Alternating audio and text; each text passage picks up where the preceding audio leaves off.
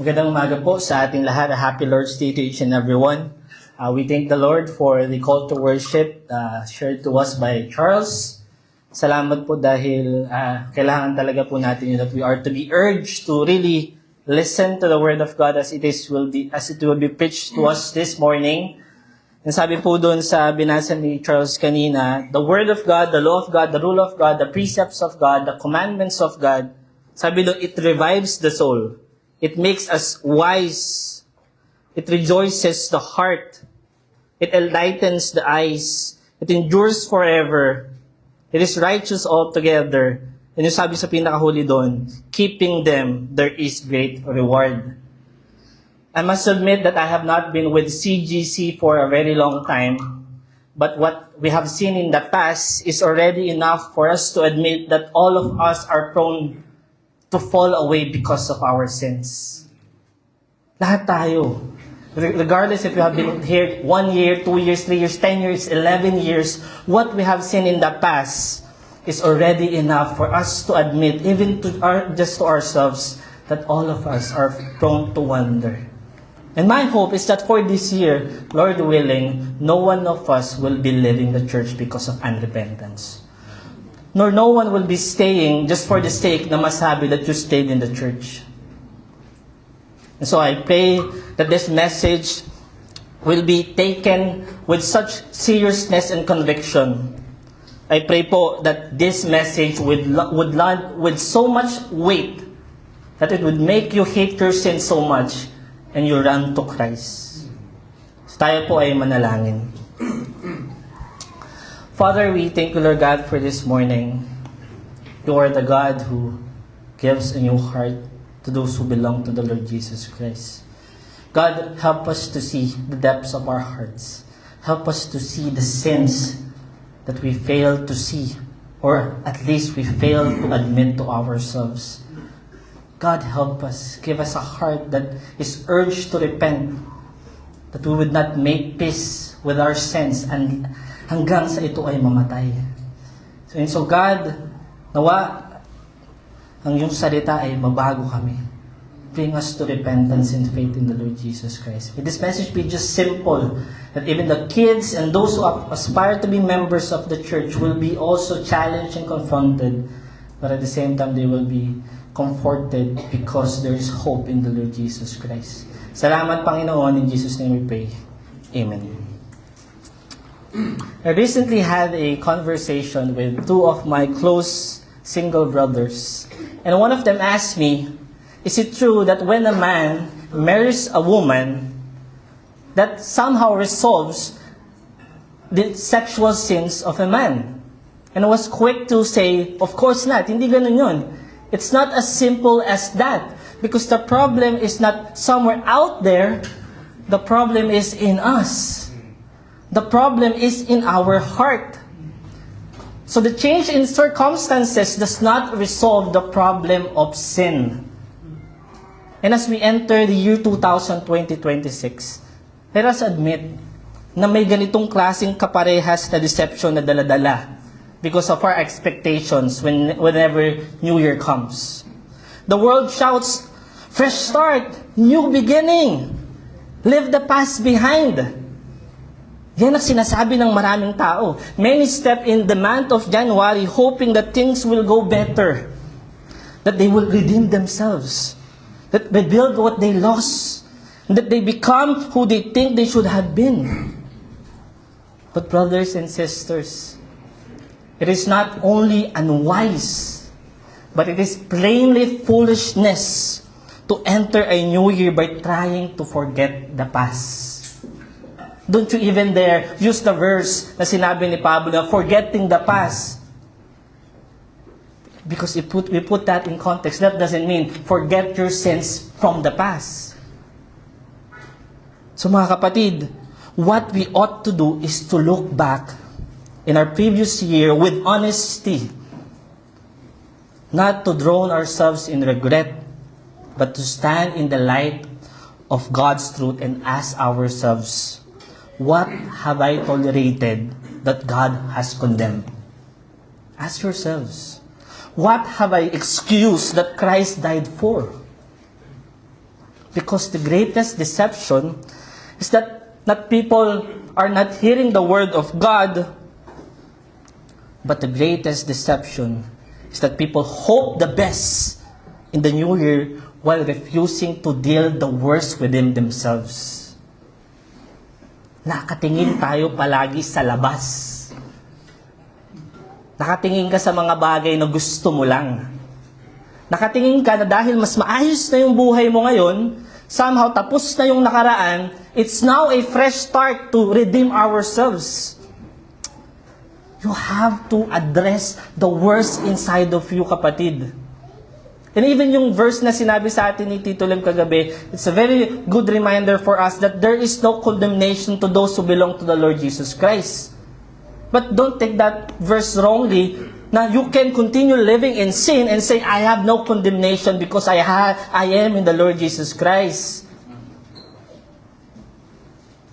So that's why I have entitled this message, More Than Improvement, the Gospel Brings Us a Change of Heart. Let me read the verses once again. For no good trees bears bad fruit, nor again does a bad tree bear good fruit. For each tree is known by its own fruit, for figs are not gathered from thorn bushes, nor are grapes picked from a bramble bush. There are two things I would like us to see this morning. And the first is, the life testifies the condition of the heart. Luke chapter 6 tells us that many people gathered to listen to Jesus Christ preaching. They leaned in and listened closely as he taught them about the patience under persecution, about loving their enemies, about refusing to having a judgmental spirit. And in the same way, all of us, every single one of us here, have spent another year sitting under the faithful preaching of the Word of God. But brothers and sisters and friends, let me tell you, listening is not enough. Listening is not enough. It's not enough that we are informed. It's not enough that we collect biblical tools as if they are tools we put in our toolbox, or worse, these are weapons we put in our arsenal ready to pull out whenever we have a discussion with someone else just to prove that we are on the right side. Hindi po yun. The question is not, do we know what Jesus said? The question is, do we love Him enough that to obey what He commanded us? The most pitiful person is not the one who has never heard the Word of God, but rather the one who has heard the Word of God so much and still refuses to submit. The most pitiful person is those who have heard so much and refuses to submit. You can sit through sermon after sermon and still remain stubborn. You can nod at truth and still live in compromise. So remember, when the truth is received, it produces faith. But when the Word of God is rejected, the same truth hardens your heart. When the Word of God comes again and again, and we keep saying Amen, but never really surrendering our hearts don't stay the same. They grow colder because you are deliberately rebelling against God.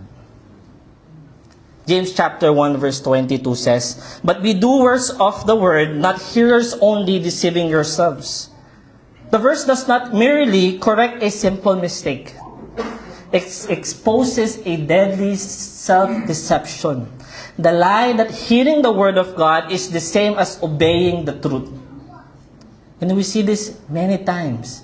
In many churches today, many attend on Lord's Day. Many take comfort in being a member of a reformed local church. Many take comfort in just being present, in being familiar with sermons and Bible verses. And yet, you see that many of them still carry the same attitudes towards sin.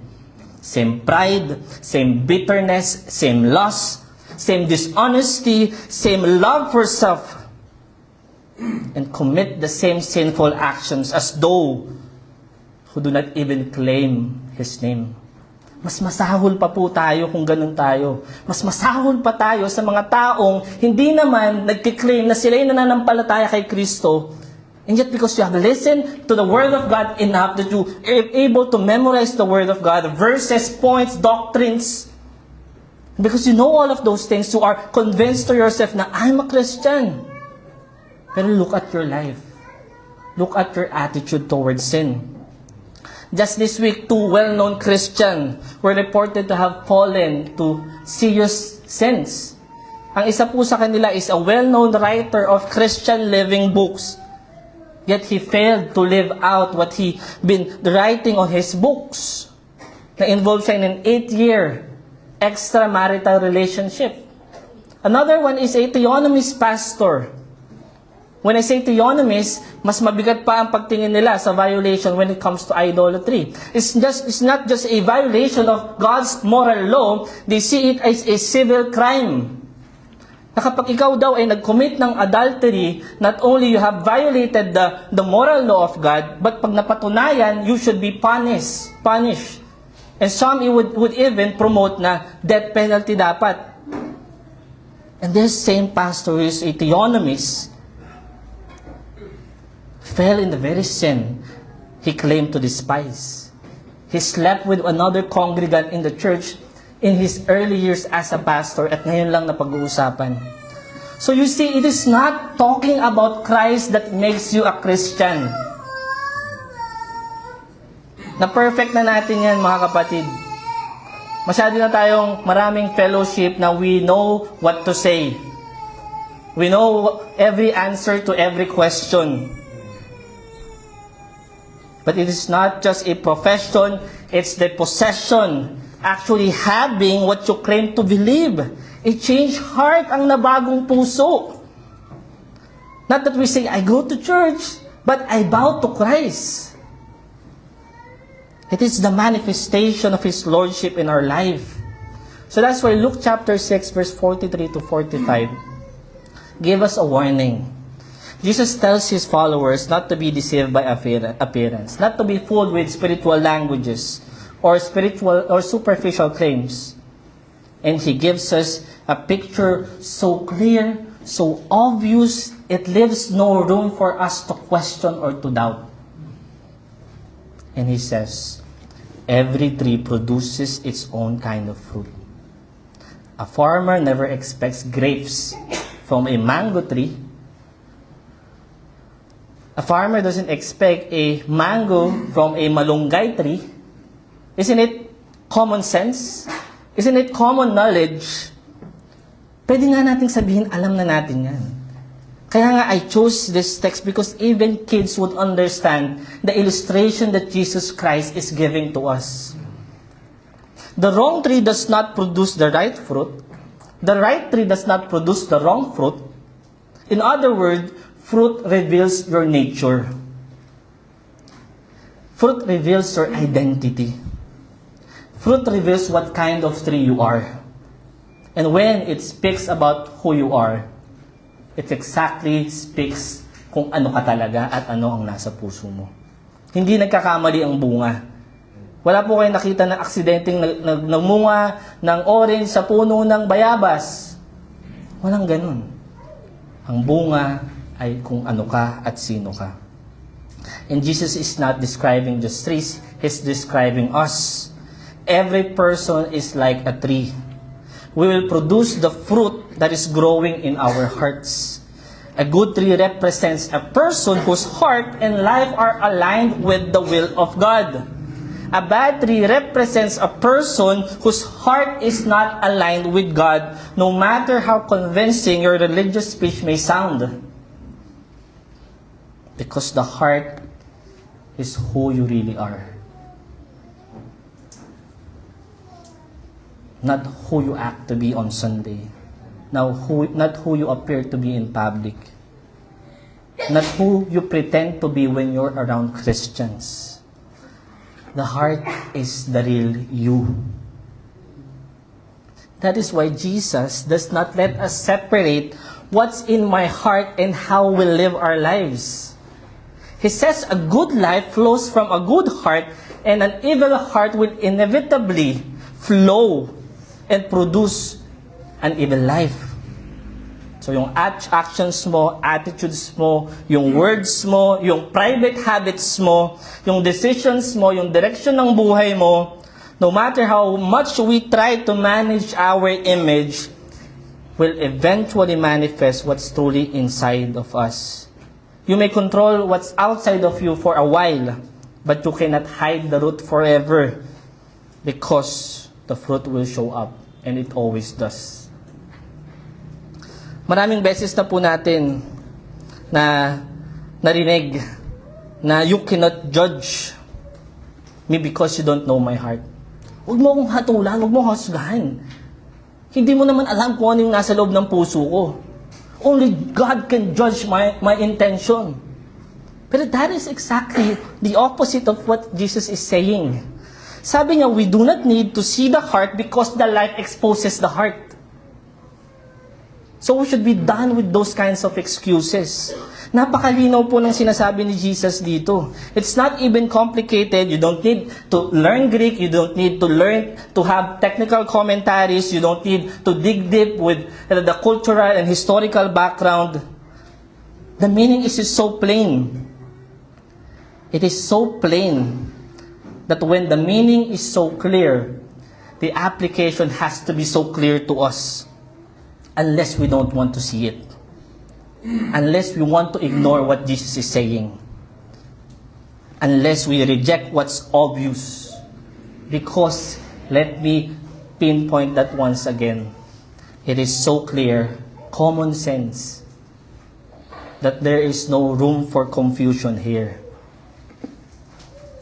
And if you want to know whether you are truly saved or not, don't ask if you are a member of a local church. Why don't you ask yourself, considering everything that has happened to you in the past year, in your life, does your life produce what the Bible calls good fruit? Just a simple question to ask yourself. It doesn't have to be complicated.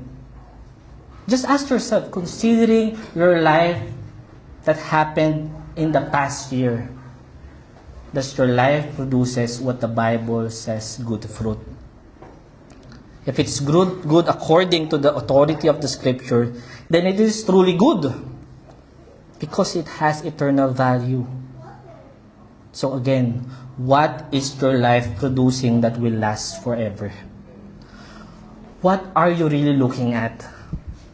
Not what you say you want, but what you truly want deep inside of you, deep down of you. But still, if you cannot be honest with yourself, no worries, because your life will reveal what your mouth would force to hide. You can say you trust God's timing, but if you demand everything to be instant and to be now, what? Which one is telling the truth? You can say you have left this specific sin, but if your patterns keep pulling you back there, which is telling the truth? The fruit doesn't lie. The fruit always tells the story of the tree.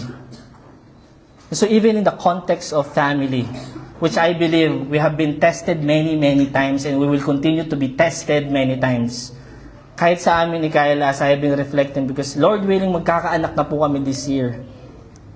So even in the context of family, we are who we are by God's design. God intended you to be the father and the husband. God intended you to be the mother and the wife. It wasn't as if when God created man and woman, God was thinking, should this person be a man or a woman? And then He chose randomly. It wasn't like that. You are who you are because of God's purpose and plan. And it wasn't a random choice from God that He ordered your home the way it should be. Who would be the husband, who would be the wife, and each of you would carry what you are responsible of. God is deliberate.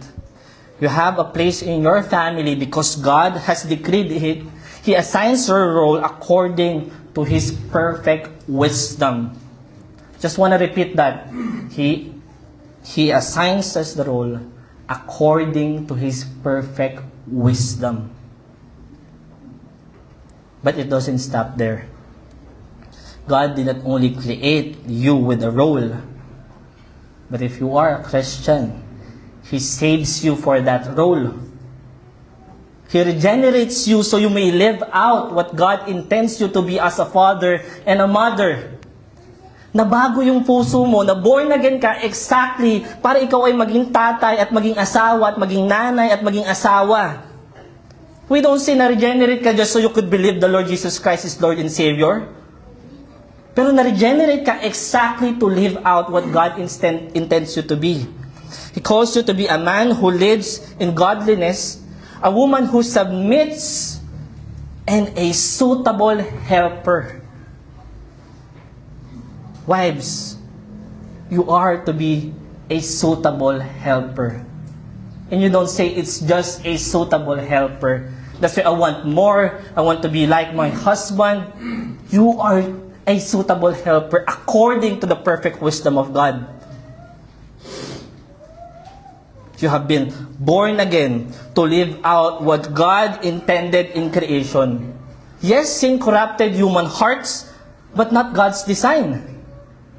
The creation order did not change. Now, with a new heart in Christ, you are called to love His order and persevere in obedience. So this is no longer finding reasons to disobey. This is now a question whether you have been truly born again. Whether you have truly a new heart, or you're just merely appearing to be. Again, we do not separate what's in our heart and how we live out. Yun ang sinasabi ni Jesus dito. And then you don't have to go somewhere else and look somewhere else. Just look at your family. So men, find your greatest happiness in taking responsibility to lead your family. Not with harshness, not with pride, but with Christ-like sacrifice.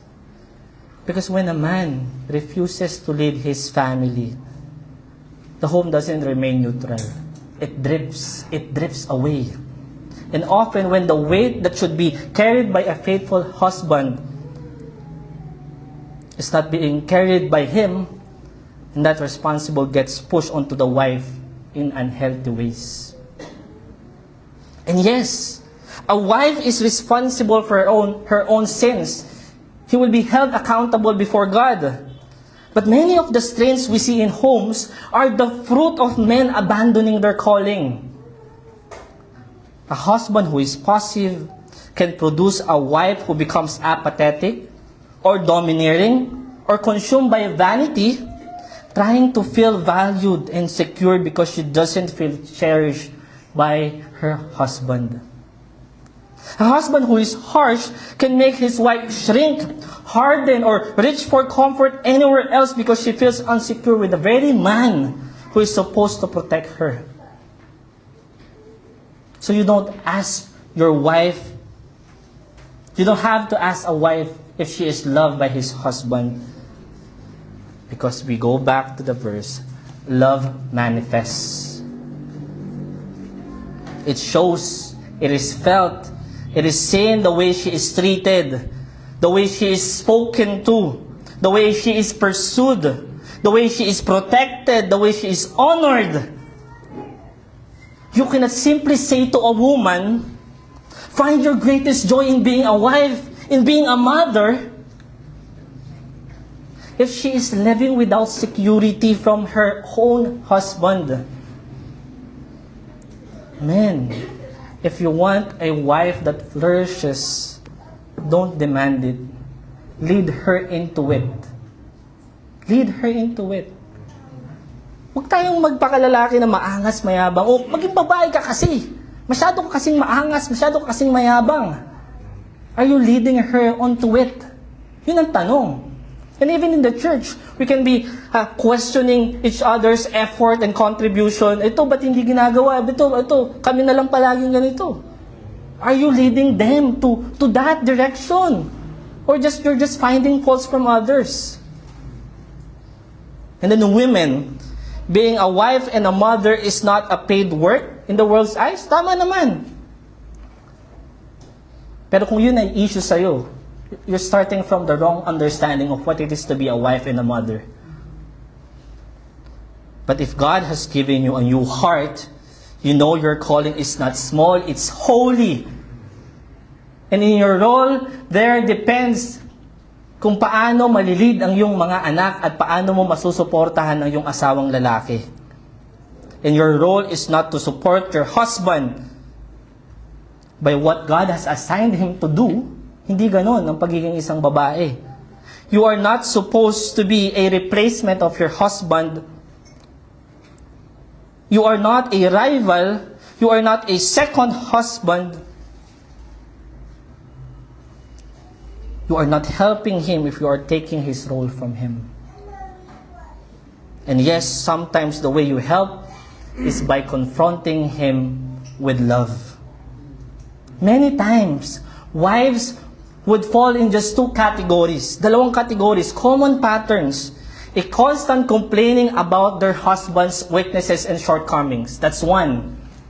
The other pattern for many women are being passive in waiting for him to change, waiting for him to make a move. Well, you can clearly see that the man that God has given you is already drifting away from the will of God.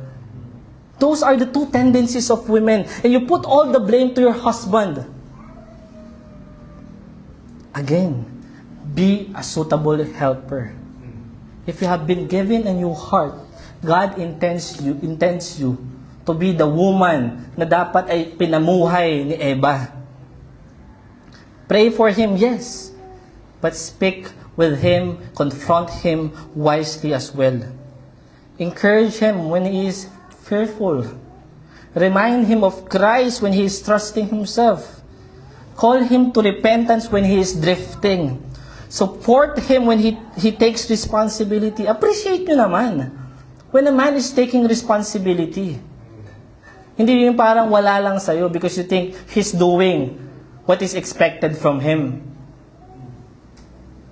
And do everything in humility, respect, courage, not to control him, but to encourage him to obey God in taking the lead in the family.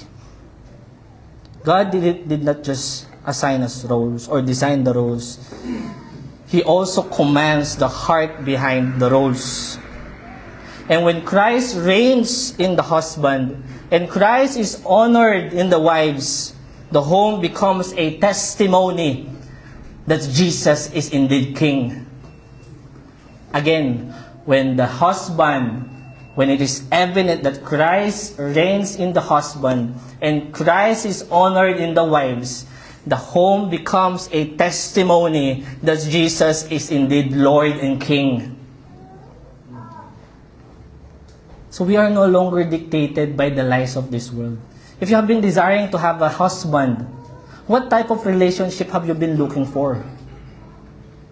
If you've been longing to court someone, what is your deepest motivation? Is it what the world says? Or it is what God designs for us and what He commands in our hearts? We cannot be just like the world. They hate to honor God. They hate what God intended for us. But for us, if you have given a new heart, we must rejoice in obeying what God mandates us. And as I have said earlier, Lord willing, magkakaanak na po kami ni Kayla. Sana. And we don't have the final say and we don't have the ultimate control over the salvation of our children. That's one thing that we can admit. Only God can change a heart. But that doesn't mean that we are no longer responsible how we raise them. The truth is, our daily choices are already teaching them something. Our priorities are already preaching. And what we love the most will show first in us and then often in our kids.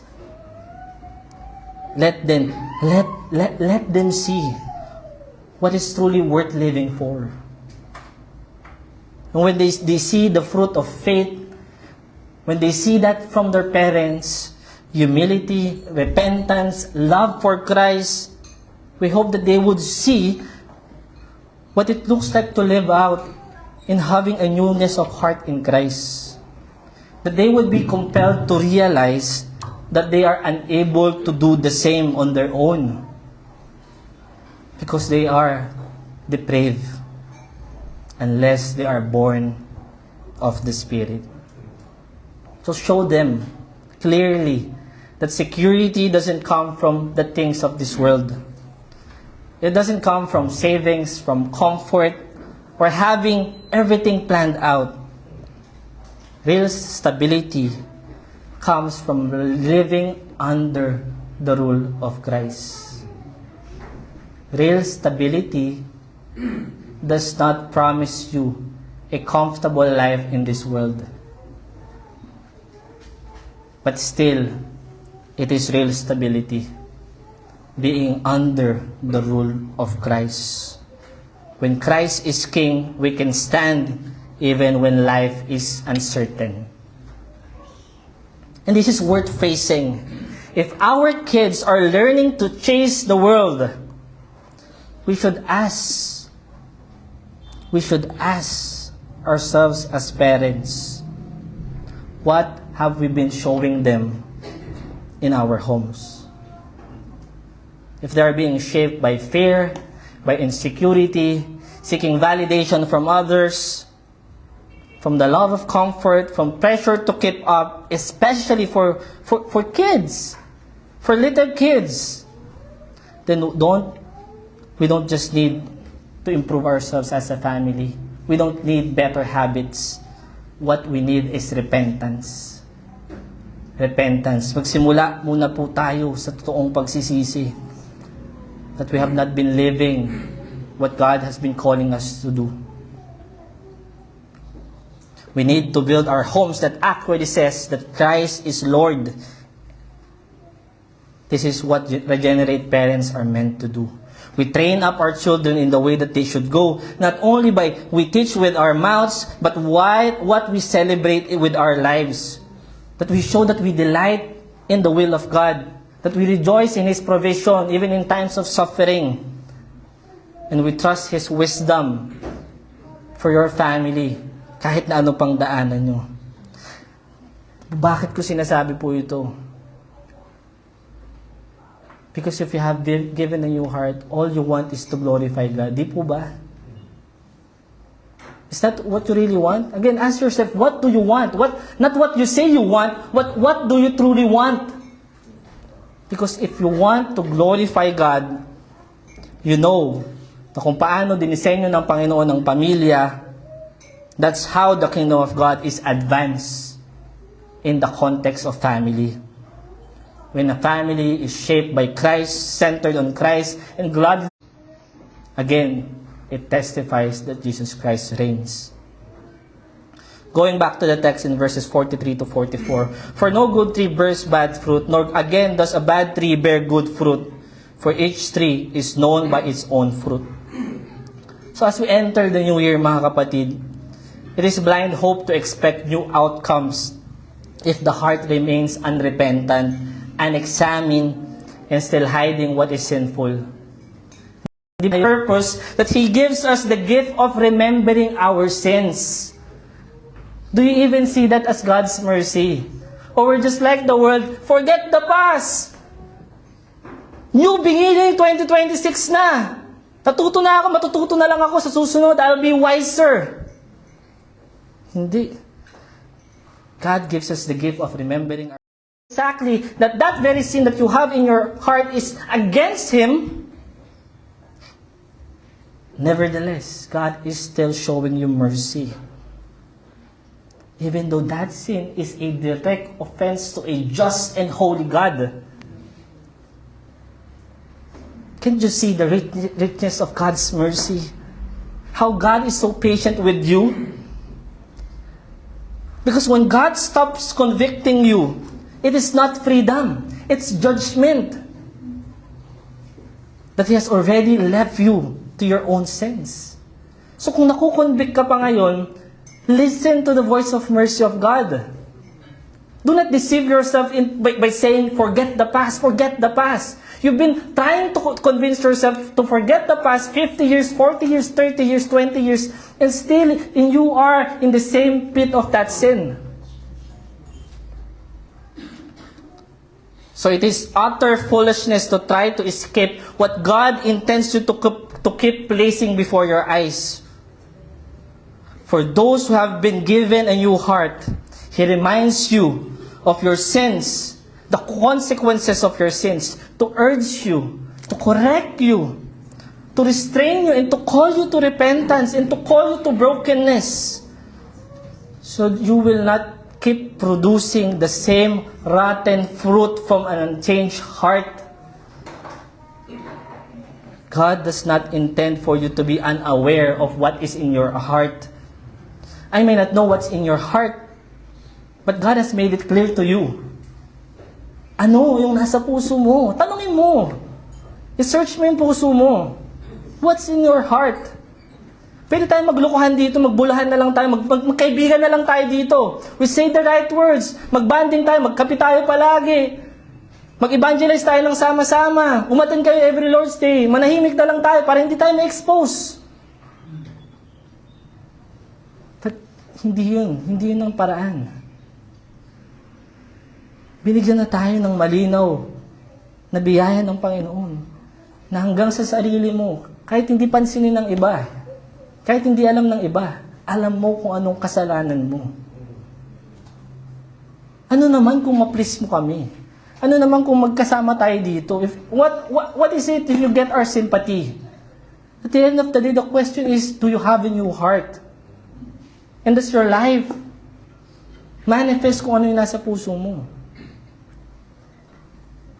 We cannot demand new outcomes while clinging to old rebellion. We cannot pray for blessing while protecting the very things that grieves the Holy Spirit. God has not called us to a shallow start over, new beginning, as if a new calendar fixes the real issue in your unchanged heart. Diba? Napakahangal. Naisipin mo na nabago lang yung taon, nabago na yung puso mo. Nabago lang yung taon, magbabago na yung direksyon ng buhay mo. Or have you been examining your hearts, knowing that God is so merciful, that He has been showing you the sins where you should repent of? Unrepented sin is never neutral. In fact, if you keep walking that road, you will eventually reach the most terrifying place where sin no longer disturbs you. When you no longer see the necessity of repentance. So, yes, bagong taon, but do not grow older, only to grow colder. That as the years pass by, we do not want to age while our hearts decay. We do not want to speak as if we have already claimed the victory, only to discover that we have been once again defeated by the old same sins and old same chains. Jesus did not die on the cross, so we would be like dogs that returns to his vomit, to be a fool who repeats his folly, as states in Proverbs 26 verse 11. Napakabigat nung illustration na yun. Na kung ikaw ay namumuhay ng may bagong puso at may wisdom at pagtitiwala kay Kristo, hindi ka parang aso, nakakainin mo pa yung sinuka mo na. At babalik ka pa sa parehas na kasalanang dapat na pagtagumpayan mo na. So whatever sin that remains in us will go on in just 2 ways. It will be either put to death as we want God, as God has changed our hearts and we want to obey God as He has been convicting us to do, or we will remain in it. It only shows that you have not been given a new heart if you remain in your sin. It only shows that you are not saved. Again, have you been broken by the realization that God is still showing you mercy? Because we have no excuses to say we do not know, we didn't know. Even if we reject the truth that exposes the unsettled sin in our hearts, we still know what's within us. And the clearest way for us to discern whether we have a good or bad tree, look back. Look back, and that will determine what's in your heart, because it exposes the kind of life that you have. Look how you lived last year in your family, in the church, in private, where no one sees you. What fruit did you produce when no one was watching? Because your life is not the side story. Your life is the testimony and the proof and the evidence of what's really in the root of your hearts. Sabi doon, for fig trees are not gathered from thorn bushes, nor grapes picked from a bramble bush. That line is not there accidentally. Andun talaga yun for a purpose. To take away every excuses that we can say na that's not really me, because Jesus says it came from you. We can say that at least I do not often do that, but Jesus says, but it grew from your tree. We say, I've got that sin under control, and that is exactly the point. When we think that we have it in our control, under our control, we are already in danger. Because that's pride. And pride is where the soil, and where the soil is where the sin thrives. The moment that we assume maturity, the moment that we become careless as well. And to believe that there has been a moment in our life where we have done something to the degree that is required for us, that is self-righteousness. Kaya nga walang excuse nasabihin mo na ako, wala naman akong kasalanan. Baka yung iba. Because you have not reached what God has commanded you to do, the way it is required from us.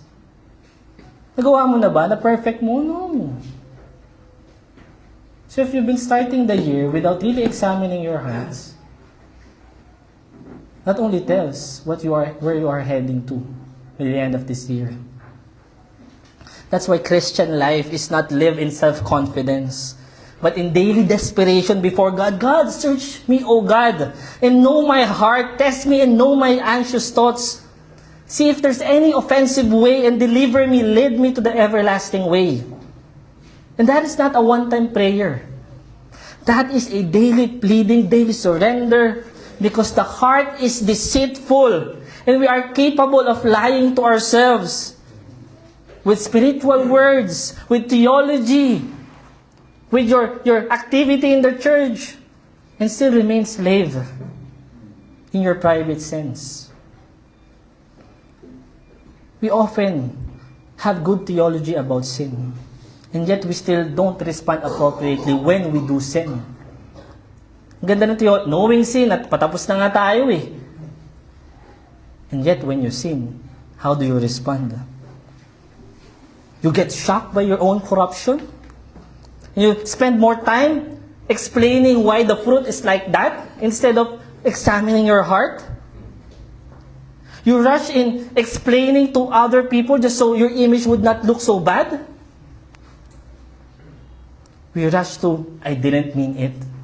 Instead of, God, Lord, have mercy on me. Have mercy on me. We need to be honest, mga kapatid. We need to be really honest. We need to have humility. We need to start performing. We need to stop performing before God. We need to bow down before Him. Because there is no real lasting change if there is no honest acknowledgement of our sins. That we have fallen short, that we have failed. If there is no honesty, there is no recognition, there is no grieving. If there is no grieving, there is no real desire for holiness. If there is no real desire for holiness, that only shows that you don't desire confession and repentance. And without repentance, there is no obedience. And if there is no obedience, there is no freedom. Even 2026 na ngayon. We can try all we want to change ourselves outwardly, modify our behavior, adjust our habits, clean up our appearance. But if the heart remains the same, the fruit will remain the same. The same heart will produce the same fruit this year. And it already gives us a sober glimpse of where we will likely end up by the end of this year. Not where you aspire to be, not what your dreams are about.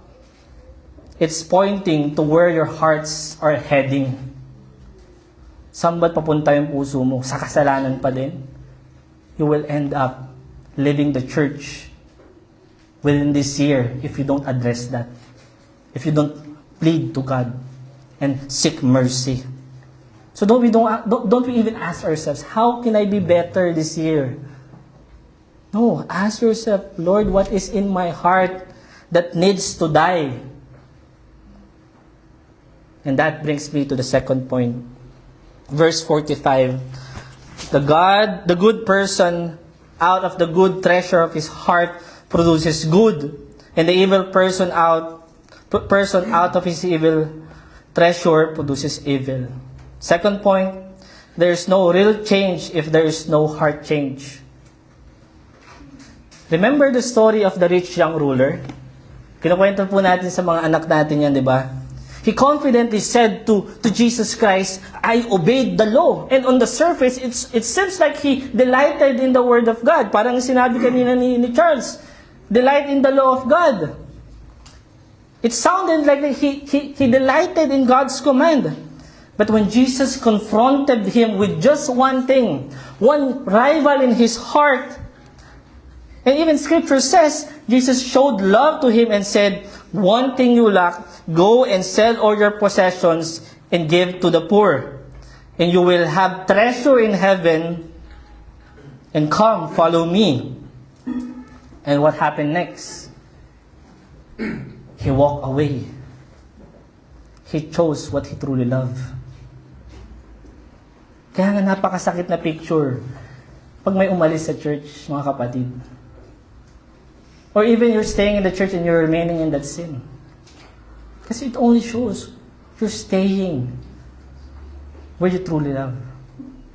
What you truly love. You choose what you truly love.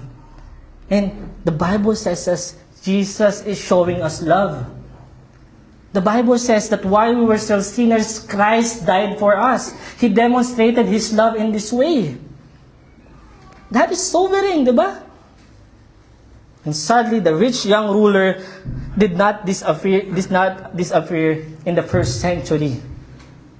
He may sit in churches today. The rich young ruler may be sitting in churches today. And I hope it's not you. I hope it's not me. Because we can even profess to be reformed. But yet, are we willing to submit to just one thing that God has showed us to us the past year? Just one thing. Just one thing na pinakita sa'yo ng Panginoon. Na, sell all your possessions and follow me. Sell your possessions, give it to the poor, and follow me. What's that one thing, that one rival in your heart that God explicitly and clearly showed to you? That up to this day you are being challenged, and yet you are remaining there. Are you waiting to end up just like the rich young ruler, that you will just be one day leaving the church because you will be choosing what you truly love? Or you will repent, turn away from yourselves, and turn to the Lord Jesus Christ?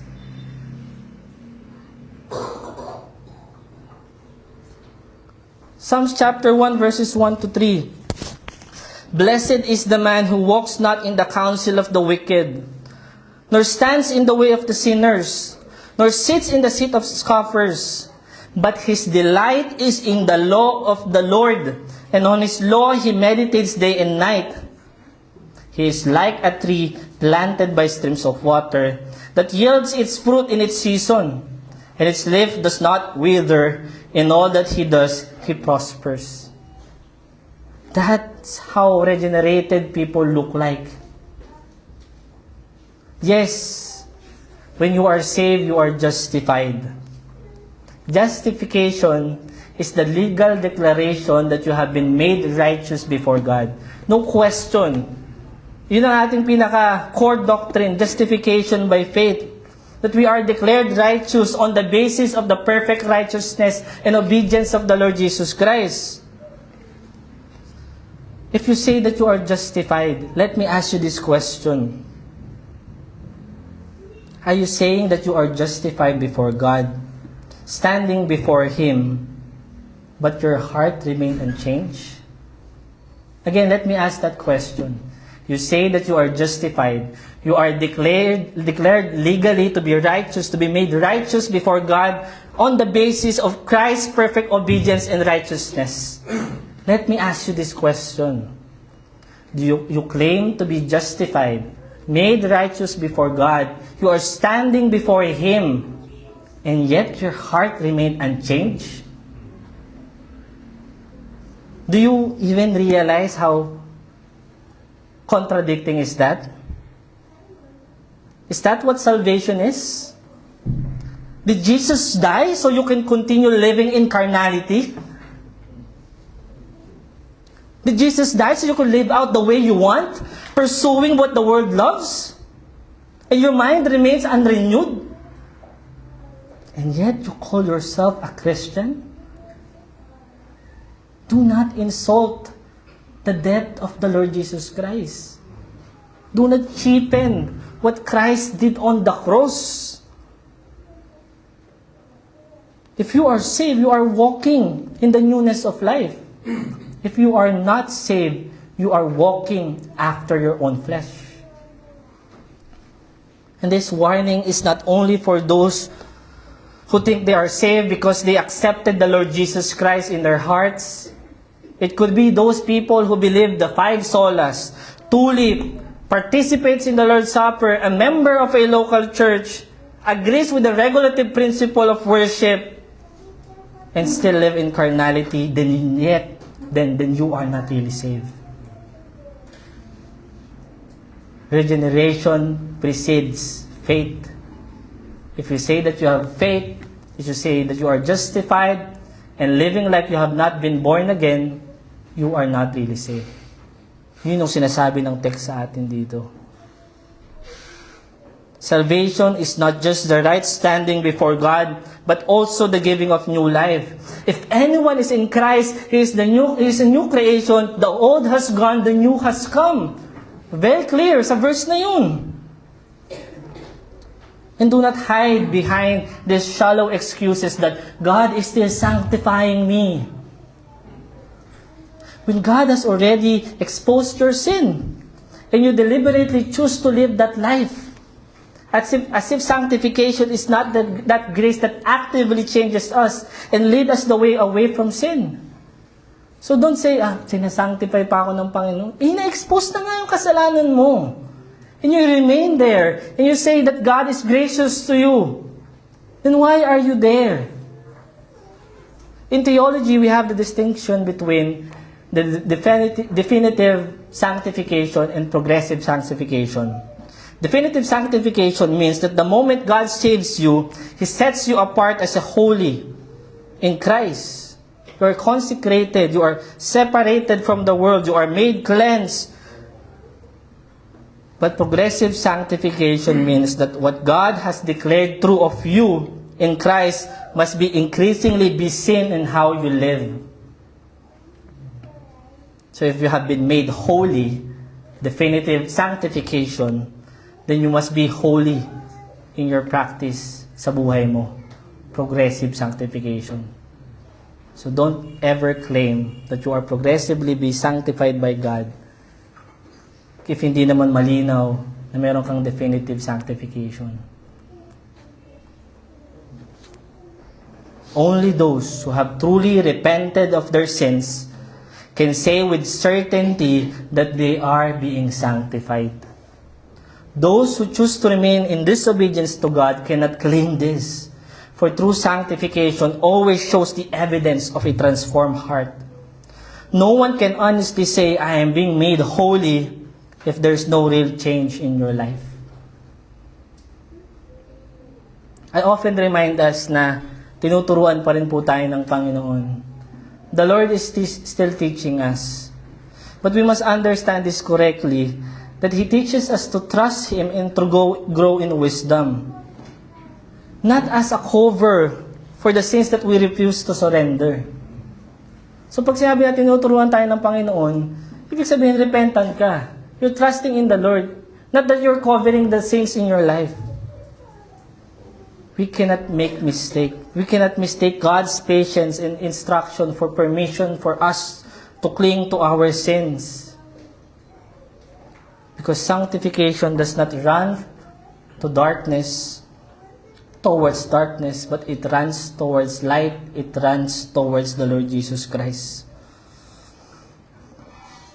So there is no reason for us to hide our sins. That's my hope for us this year, that all the more we would confess our sins. There is no benefit in hiding our sins. Hiding a sin is not a small thing na pwede mong desisyonan ayon sa gusto mo. Hiding your sin shows that it is your choice. That you are choosing yourself over repentance. That you're choosing pride over you're grieving over your sin. You're choosing temporal comfort over real freedom in Christ. So brothers and sisters and friends, habang ako po ay nagpipreach sa inyo ngayon, my real concern is not whether do you look strong, mukha ka bang okay, mukha ka namang nakakasurvive sa buhay, nakakain ka naman 3 beses sa isang araw, buhay pa naman kayo, may bahay. That's not my concern. My concern is whether you are broken because of your sin. Are you grieving over your sin? Are you burdened because you have not yet mortified that sin in you? Are you fighting, even when you are in tears, against the sin that once enslaved you? The evidence that you now have new life in Christ is found not in our professions, but in the manifestation of the Lordship of Christ in our life. At ito po yung reality ng buhay natin bilang iglesia. That we should be most concerned about each other's repentance. Huwag natin sirain kahit yung image ng kung ano ba ang tunay na pagmamahal. Nakita na nga natin Jesus Christ loved the rich young ruler to confront him sa kanyang kasalanan. So yes, when we confront you and implore you to repent, the reality is that you might hate us. Pwede kayong magalit sa amin. Pwede tayong magalit sa isa't isa. We may call each other harsh and sensitive. Even if we say it with love and gentleness and real concern, you might hate us. Pwede kayong magalit. But personally, I would rather risk our relationship than risking your salvation. Because I love you so much that I want to be with you, not just here, but with the Lord Jesus Christ for all eternity. Can we say that what Jesus said to the rich young ruler was unloving, inconsiderate, or harsh simply because the man's heart is exposed? No, it was exactly the opposite. Scriptures tells us that Jesus Christ loved him. Was Jesus Christ ultimately after the rich young ruler losing everything? Was Jesus Christ after the man's losing everything and ending up poor? No. We know that's not. Hindi naman sabi ni Kristo, kung tunay kang mananampalataya, dapat mahirap ka. Dapat wala kang bahay. Dapat nagugutom ka. Yan ang tunay na mananampalataya. We know na hindi yun. Common sense din, again. But why then, when we are confronted by our sins, we say na para bang these people are wanting the worst para sa akin.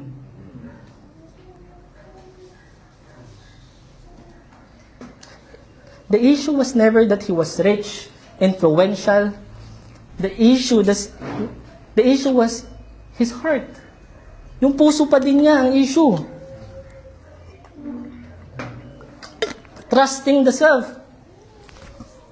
Because we know that Jesus was not calling him in misery or to misery, but God was calling him, Jesus was calling him to freedom. So why is it that when our bad fruit is exposed, when we are called to turn away from our sins and turn to Christ, we suddenly assume that these people no longer love me? That when He says what is true to us, we equate it with cruelty and rejection. If that's how you feel, if you are more concerned when your sins are exposed and you are offended, and yet you are no longer offended by your own sin that is against our holy God, then you are in a dangerous place. It mas issue pa sa'yo na na-offend ka. Instead of, God, I have sinned against you. David in Psalms 51, when he was confronted by Nathan because of his ungodly relationship with Bathsheba, ano sabi niya? God, create in me a new heart. Have mercy on me. Bring back the joy of my salvation. Kaya ka malungkot at miserable ngayon because you have not turned away from your sin. Ask mercy from God and ask Him to create a new heart in you. So ito po yung pakiusap ko. We will never give up on one another. But also do not turn away from those who truly love you. Do not turn away from those who care enough to tell you the truth because they long for your repentance and to be with you with the Lord Jesus Christ. Because the people who truly love you are not trying to destroy you. They are longing for you to have the real assurance that you are indeed a good tree bearing good fruit. Even po sa counseling. Counseling is called notetic counseling. Galing po sa word na nototio o notisia, na ibig sabihin ay admonish, to correct, to warn, to instruct. Yun pong ibig sabihin nun. Na biblical counseling is not mere comfort. It is confrontation at the same time. Many people would expect, give me new techniques, give me the practical steps, give me comfort. But no. If we truly love someone, we do not offer them comfort that leaves them in their sin, that leaves them unchanged. We want them to be rescued. So what God has revealed, gaya po nung sinabi kanina ni Charles sa atin, what God has revealed, His commandments, His created order, all are for our good. And if we are a good tree, we love what God has said to us and what He has revealed to us in His Word. And by our obedience to that, sabi kanina doon, keeping it will give us reward. Give us good fruits. But a bad tree who rejects and resists God's will, if you came to love God and still refuse what is declared to be good for you, iisipin natin when we are exposed sa ating kasalanan, still God wants what is good for you. So in the last part of the verse, for out of the abundance of the heart, his mouth speaks. So spiritually dead people now are exposed by their speech. A person who habitually speaks with harshness, with judgment, consistently condemning others, hateful, who substitutes yung standard ng salita ng Panginoon with their personal standards, reveals something deeper. When you judge others based on your wisdom, your own opinions, your preferences, what you expect from other people, and your words are filled with anger, with bitterness, with envy, with lies, it points to an internal problem. Diba sinabi nga doon sa John chapter 11 verse 48, sabi ng mga Pharisees, if we let him go on like this, everyone will believe in him. And the Romans will come and take away both our place and our nation. So what comes out from our mouth, kahit pag tayo na lang o kausap natin ang asawa natin at hindi alam ng iba, that reveals what's in your heart. But it doesn't remain in our words. Eventually, it will manifest in other visible aspects of our lives. Tama naman po that none of us here ought to live the way we should do. At we are not here to compare our fruits. Ay, si Brother EJ, mas matindi yung fruits niyan last year kumpara kay Brother Mark eh. We're not here to compare our fruits. We're not here to see who looks more impressive. But this year, grabe to si brother na ito, ang daming naambag na ito last year. That's not the point. The point is to question us, to examine ourselves, whether there is a gap between what we profess to believe and your response when things do not go your way. No one here would say to you na hindi ka naman talaga ligtas. Hindi ka talaga saved. Even sa guests, di natin sasabihin yun eh. Diba? No one can say you're not converted, you're not saved. Actually, we hope that you are saved. We pray that you are saved. We pray that you would know Christ in a saving way. Tama po ba? But there is an equally important warning from Jesus himself. That not everyone who uses the right words truly belongs to him. Not everyone who says, Lord, Lord, will enter the kingdom of heaven. But the one does the will of God who is in heaven. Again, the law of God that is revealed to us, that when we keep it, we will receive great rewards in the end.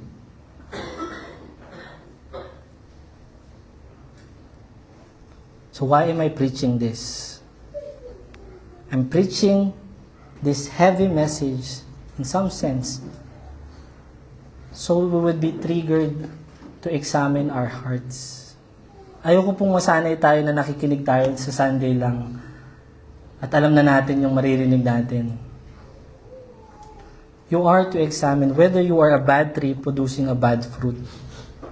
And if the answer is yes, there is still hope. Christ did not die so that you would believe in him and would remain to your sin. He died so that you would walk in freedom. He died so that those who believe in him would bear new fruit. He lived perfectly, died, rose again, defeated sin, so that those who believe in him, those whom he saves, would no longer walk away with sorrowful. We would no longer need to walk away from the church this year, but to follow Christ with a transformed heart. I preach the ugliness of sin so that you may see how empty and worthless it is for you to stay there.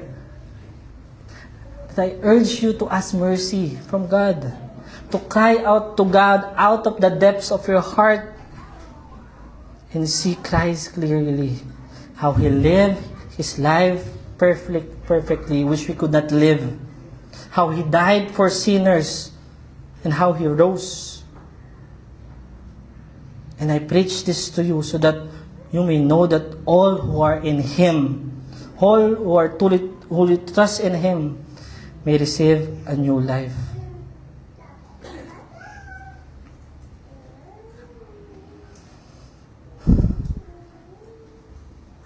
Kung ikaw po ay may bagong puso na, you are given a new heart that is sensitive to God, no longer resisting to him, no longer content in sin, but a heart that loves his Son, longs to please him, and longs to bow before His commands and longs to be with the Lord Jesus Christ. It's still not perfect. We're not still going to be perfect, but there should be a new hunger in us, a new hatred for sin, a new desire for holiness, and the growing willingness to obey God even when it costs us. Even when Jesus tells to us one thing, that is something wrong with you. Sell all your possessions, give it to the poor, and follow me. Even when it costs you most. What is truly good is to suffer for Christ's sake, to advance the kingdom of God, to grow in holiness. That's what's good. That's what we desire, that this year we will no longer be bombarded because of the sins that we are living out. And the church needs to spend months and months addressing those sins. Ngayon pa lamang, i-address mo na yung sariling puso mo. We don't want to be canceling our evangelistic activities this year, interviewing new applicants, and other things, because again, meron na naman tayong kasalanan na inayaan nating umabot sa iglesia. So to desire a good year demands resisting evil as God continues to purify His church. And if your definition of good is different from how God defines good, and the same just like the world, you will end up in the path of destruction. So here again the warning and invitation to us this morning. Turn from sin. Come into the light. Submit to Christ and live. Because Christ does not only forgive sinners, He makes us new. And if we are new in Christ, when we see our sins, the only right response is to say, "Yes, Lord, I am a wretched sinner. I have sinned against you. Yes, Lord, my heart is still filled with sin. Cleanse it. God, help me to put it to death. I have tried to hide it so much that I can't run away from it anymore. Help me, God, because it's in me. It's in me. I cannot blame anyone because this sin is in me." And if God gives you a whole new heart, you would grow not in bad fruit, but in good fruit. And the fruit of the Spirit is love, joy, peace, patience, kindness, goodness, faithfulness, gentleness, and self-control. That is what we desire, what we should desire. So as a conclusion, as our hope for 2026 is that we will grow wiser in honesty, confessing and hating sin instead of hiding it. That we become humble, recognizing our need for each day, for God's grace. That we are not living simply chasing the fading pleasures of this world. But we become consistent people with integrity, reflecting Christ in all that we do, in our family, in your private life, in the church. That our love and hope will not be self-serving, but shaped by the love of Christ who laid down His life for us. That we forgive as He forgave us. That we walk in holiness, denying ourselves, taking up the cross and following Him, because we want to be like Him. And even for the preachers and liturgies, I pray that we would press forward, that we ourselves would not be disqualified. Press toward the goal for the prize of the outward call of God in Christ Jesus. Because if there is no hope in us, there is nothing in 2026 in eternal value that we would be seeing or receiving. Pero buti na lang si Kristo ang pag-asa natin.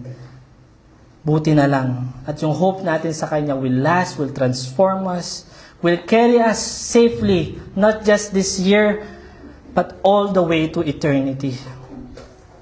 And so as I end, we don't place our hope in what God has not promised. Doon tayo magsimula. What God has not promised to you, do not spend your life there. Do not spend your life there. Instead, we hold fast to what we know is certain. God is ultimately concerned with our repentance, our holiness, and our faith in Christ. Because to those whom God saved, there is new life in Christ. Tayo po'y manalangin.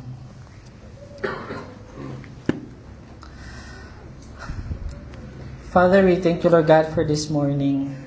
Salamat, God, that the word is preached to us with power and with conviction. And it challenges us, Panginoon. I hope that it challenges everyone to examine our hearts, that we ought to live our lives in the context of the kingdom of Christ.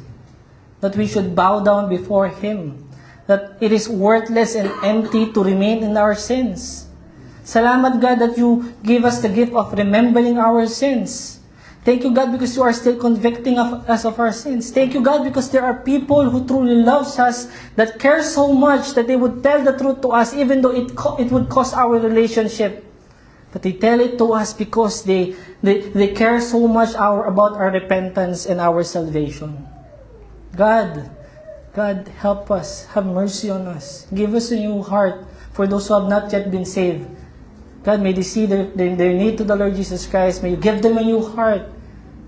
We pray, God, na the direction of our personal life, our family life, and the life of the church, that we will no longer be dwelling in our past sins, kahit ang church. Just because now we have new life and hope in Christ. Na kahit si sarili-sarili pa lang namin, na-examine ang aming mga puso, and as you grant us repentance, we have freedom in the Lord Jesus Christ. Nawa maging challenging and yet so much comforting at madala-dala nawa namin ang mensaheng ito sa buong taon all the way to eternity. Salamat, Panginoon. In Jesus' name we pray. Amen.